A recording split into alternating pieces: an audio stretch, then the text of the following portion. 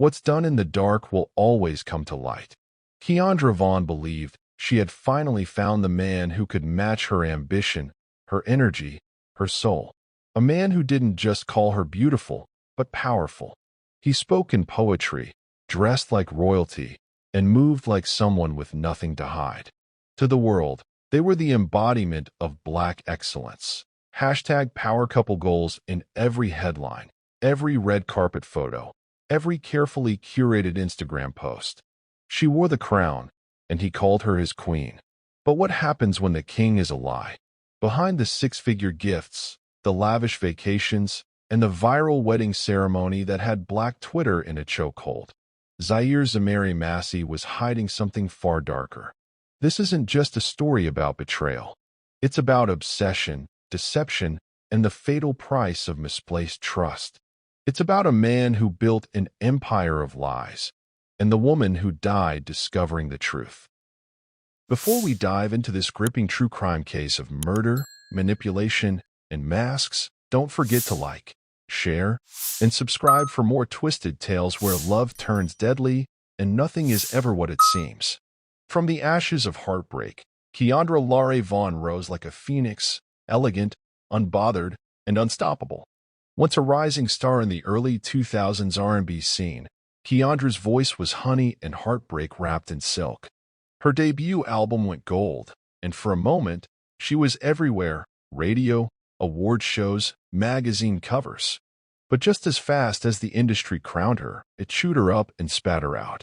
A messy contract dispute, a leaked tape, and whispers of a secret pregnancy sidelined her career before it had time to mature.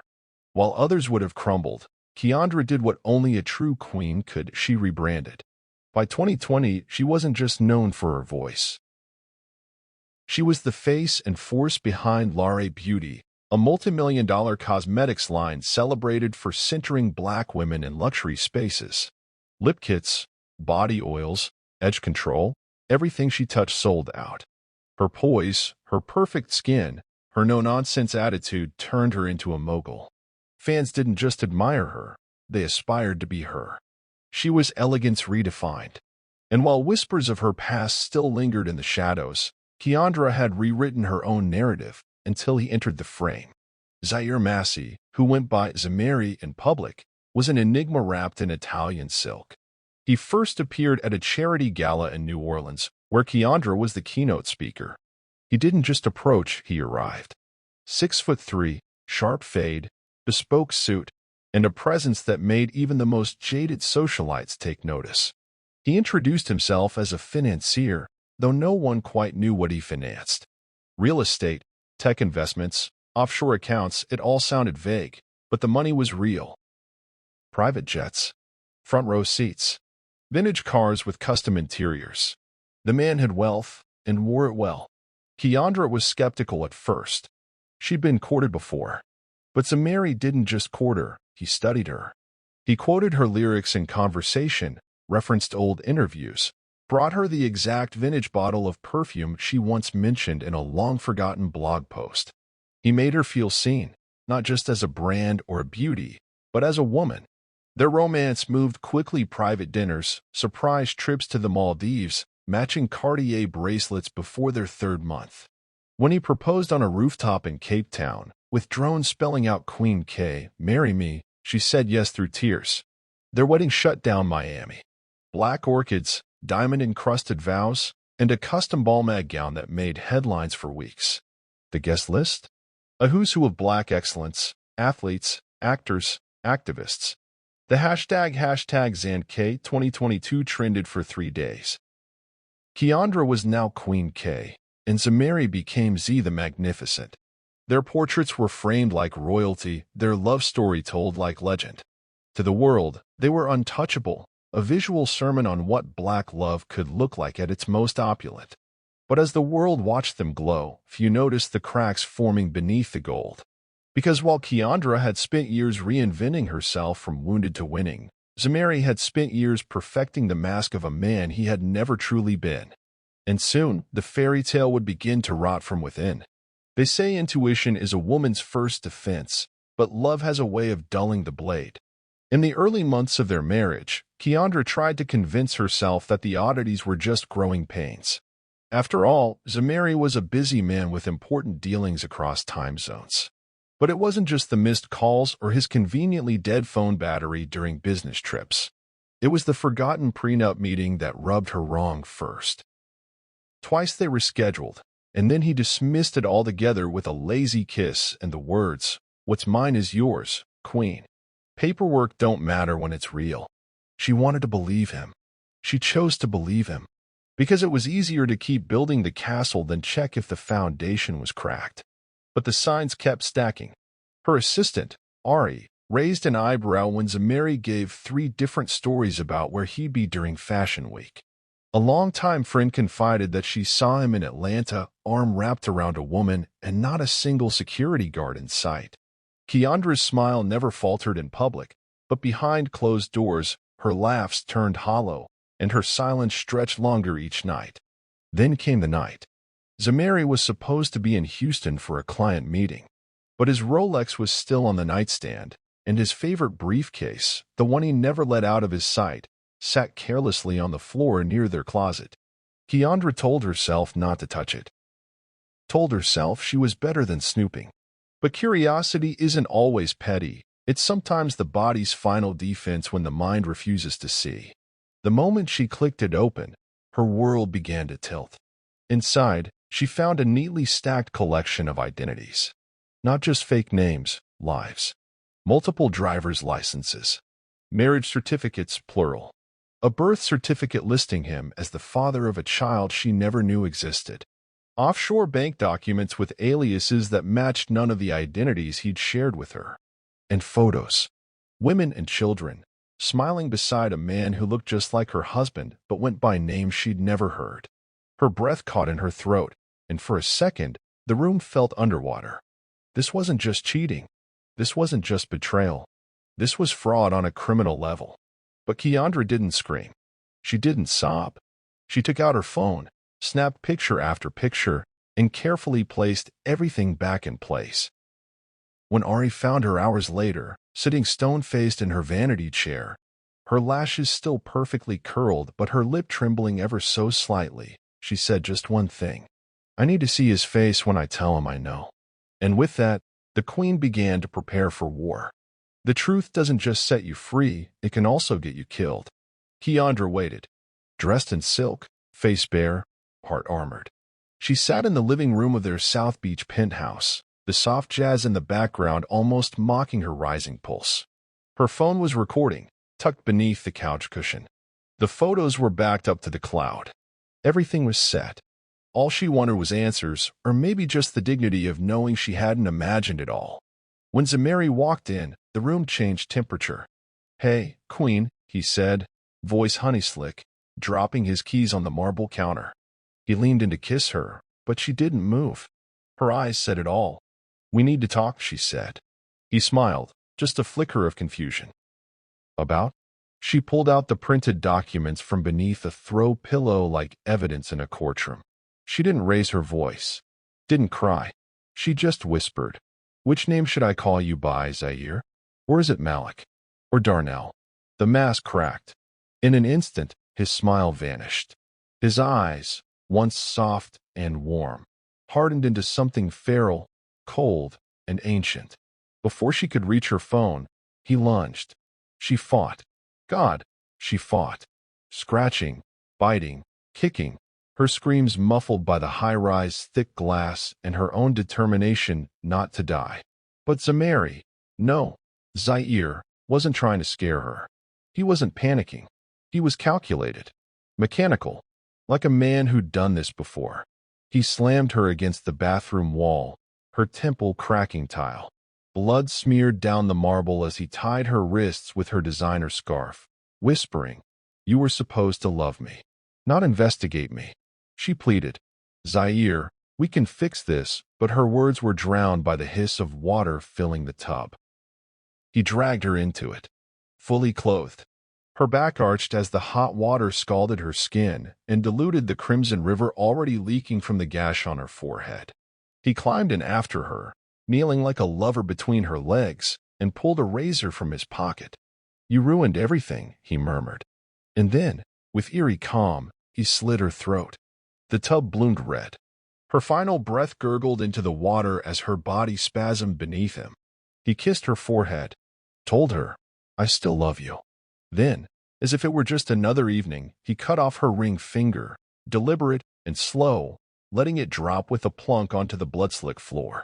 The diamond still glittered. He bathed in the same water, washing away evidence. Stepped out, put on her favorite robe, poured himself a glass of her wine. And before leaving, he stared into the steamed-up bathroom mirror and wrote 3 haunting words with his finger. She knew too much.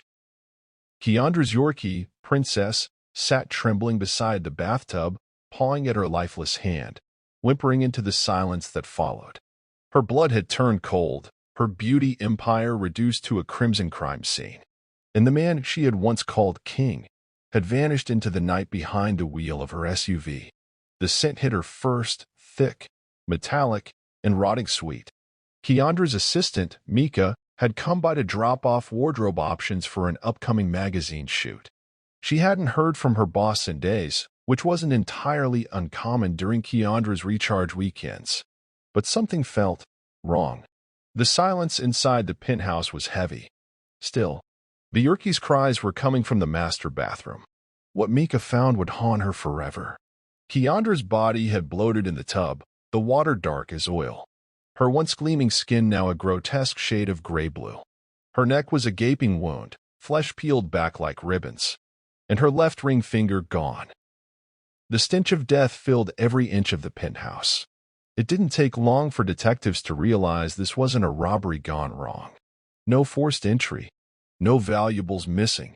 And then they found the documents Keondra had printed, hidden neatly in a drawer. Multiple marriage licenses, bank transfer records, fake passports, dozens of IDs with Zaire's photo but different names: Malik Bryce, Darnell Hughes, Langston Kale. Every identity polished, every life lived like a shadow slipping through cracks. The truth began to unfold like a nightmare with no end. Zaire Zamiri Massey wasn't just a charming financier. He was a phantom con artist who had spent over a decade manipulating women, stealing fortunes, and erasing trails. A warehouse raid in Atlanta revealed a full-scale forgery operation: printers, embossing seals, blank birth certificates, tax records, marriage licenses. Detectives found hard drives full of encrypted banking info, fake crypto accounts, and photos of dozens of women. Smiling, in love, and oblivious. Wife number 1 was Rowland Briscoe, a nurse from Birmingham who'd married him in 2013. She'd nearly died in a staged car crash he'd claimed was a drunk driver. But her brakes had been tampered with. She never suspected him until now. Wife number 2, Anna Steller, was a former real estate broker in Houston. She had lost everything after trusting Zamiri with her savings in a crypto startup that never existed. Her credit was ruined. Her house foreclosed. She hadn't seen him since 2018. And they weren't alone. Dozens of women came forward: teachers, entrepreneurs, models. One described how he wooed her with poetry and Porsches, only to ghost her after draining her savings account. Another said he'd introduced her to his mother on FaceTime, a woman later identified as an actress he'd hired for the role. He'd promised weddings, businesses, babies. All lies. They called him a romantic terrorist, a master manipulator, a demon in designer suits. And all of it had been hidden behind Keondra's dazzling smile and their fairy tale love story. Now, the press labeled her the queen who loved the devil. Her tragic death was splashed across headlines and hashtags, her empire forever tainted by the man she thought was her forever. But the monster was still out there, rich, dangerous, and unrepentant. And the world was just beginning to uncover how deep his darkness ran. He was found 5 states away, tucked inside a dimly lit motel off I-26 in rural South Carolina. The name on the register read Dorian Steele. The man who opened the door was bald now, his once signature beard shaved clean, and his eyes shielded by prescription glasses he hadn't worn before. He looked like someone's accountant. Plain. Unremarkable. But the fingerprints didn't lie. Zaire Zamiri Massey, America's most wanted romantic predator, was finally in cuffs. The arrest was swift. U.S. Marshals kicked in the door, and Zaire didn't resist. No outburst. No questions. When they read him his rights, he just smiled faintly and asked if he could get a grilled cheese sandwich. He had no weapon, no explanation, no emotion. As if he wasn't the centerpiece of one of the most chilling modern true crime stories in recent history. The trial began 8 months later in Miami-Dade County, and the courtroom was packed from day one. Victims filled the gallery, flanked by press and camera crews. Keondra's family wore all white. Her mother clutched a folded photo of her daughter the entire time, lips trembling through every witness testimony. And at the center of it all sat Zaire, clean-cut, expressionless, wearing the same navy blue suit each day like he was still the man they once called Z the Magnificent. But the evidence was a tidal wave. The prosecution began with the bathtub photos. The entire courtroom recoiled. A seasoned detective described the crime scene in grim detail: the coagulated blood, the fingerless hand, the steam-written confession on the mirror. They played a 911 call from Mika, her screams piercing the silence as she discovered Keondra's body. And then came the briefcase, a treasure chest of deceit. Fake IDs, forged marriage licenses, crypto account statements, and dozens of women's photos. All of it meticulously cataloged and presented to the jury. The defense claimed mental illness. They called it dissociative identity disorder. A psychologist, hired by the defense, argued that Zaire had suffered fragmented selves, born from childhood abuse and trauma, and that his actions were the result of a fractured mind spiraling out of control. They painted him as a man haunted by versions of himself, incapable of discerning reality from delusion. But the prosecution wasn't buying it. Their rebuttal was relentless. They brought in survivors. Rowland took the stand, her voice shaking as she described how her brakes failed days after she told Zaire she wanted to leave. Honest explained how she lost over $400,000 trusting his investment pitch. Other women told stories of fake business deals, doctored bank wires, and smooth-talking manipulation that spanned cities and years. None of it screamed mental illness. It screamed strategy. He didn't lose control, the prosecutor said in her closing argument. He maintained control of every woman, every lie, every scent, and every exit. What happened to Keondra wasn't a break. It was a decision, a final act of control from a man who realized his empire of lies was crumbling. The jury deliberated for 6 hours. When the verdict was read, guilty on all counts: first-degree murder, bigamy, wire fraud, identity theft, and obstruction of justice, Zaire didn't flinch. No reaction. Just stared forward, lips pressed together, as if the outcome was irrelevant. The sentence was swift and unforgiving. Life without the possibility of parole, plus 170 years in federal prison. No apology. No remorse. No redemption. As the bailiffs escorted him away, a woman from the gallery yelled, "You murdered a queen." He didn't turn around. Outside the courtroom, Keondra's mother wept into her hands as reporters shouted questions. All she said was, "My daughter loved a man who was never real." Zaire Massey had finally been unmasked. But for the dozens he left in emotional, financial, and psychological ruin, the scars ran deeper than any sentence could ever heal. In the weeks that followed the trial, the world mourned a woman they had never truly known, but now would never forget. Keondra La'Ray Vaughn was no longer just the R&B siren-turned-beauty mogul. She had become something more. A symbol, a cautionary tale, a name etched into the history of Black excellence stolen too soon by deceit and murder. Her family stood at the forefront of the grief. Her older sister, Monet, took on the role of unofficial spokesperson, not by choice but necessity. She stood on courthouse steps trembling, eyes swollen from days of sobbing. She clutched Keondra's old journal in her hands, her voice cracking as she spoke into a sea of microphones. She thought she married a husband, she said, pausing to inhale sharply. Turns out she married a demon. The pain was raw, real, and far from over. Fans around the globe responded in waves. Her music, especially her late-career ballads about strength, betrayal, and self-worth, re-entered the charts. A mural appeared overnight on a warehouse wall in Atlanta, painted in vibrant purples and golds, with Keondra's face framed by a crown made of roses.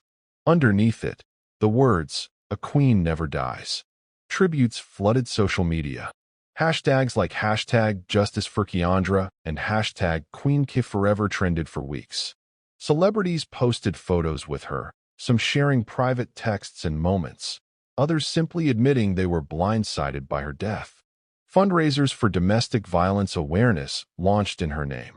One TikTok video, set to her unreleased single Gold and featuring her radiant laugh over footage of her wedding, went viral, captioned, "She loved hard. He killed harder." And then came the voicemail. Monet released it during an emotional interview on the Tamron Hall show. She said she debated for weeks whether the world needed to hear it.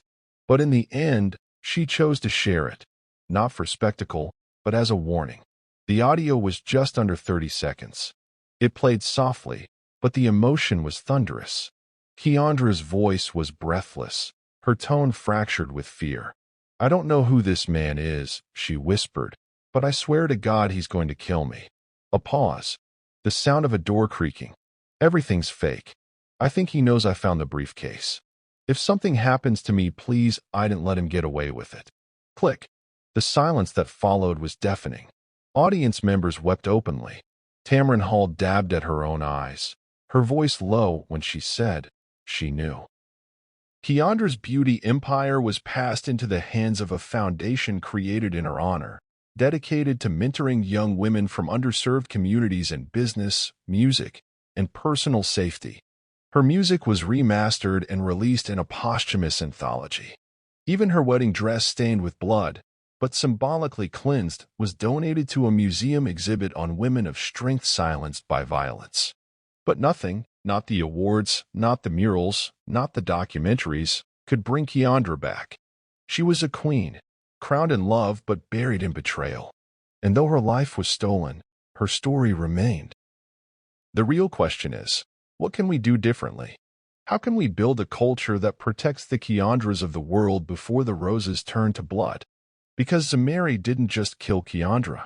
He built a castle of lies on the bones of the women who trusted him. And if we turn away now, pretend this was just one bad man or one unlucky woman, then we become part of the silence that let him thrive. Keondra's story is not just one to mourn. It's one to remember, to study, to speak aloud in rooms where warning signs whisper. It's a reminder that sometimes evil wears a tailored suit, speaks poetry, and holds your hand while planning your demise. So don't just remember her, honor her. If this story made your heart ache, subscribe to this channel, like, comment, and share her story. Start the conversation. Because somewhere, right now, another woman thinks she's found her king. Make sure she lives to tell the tale.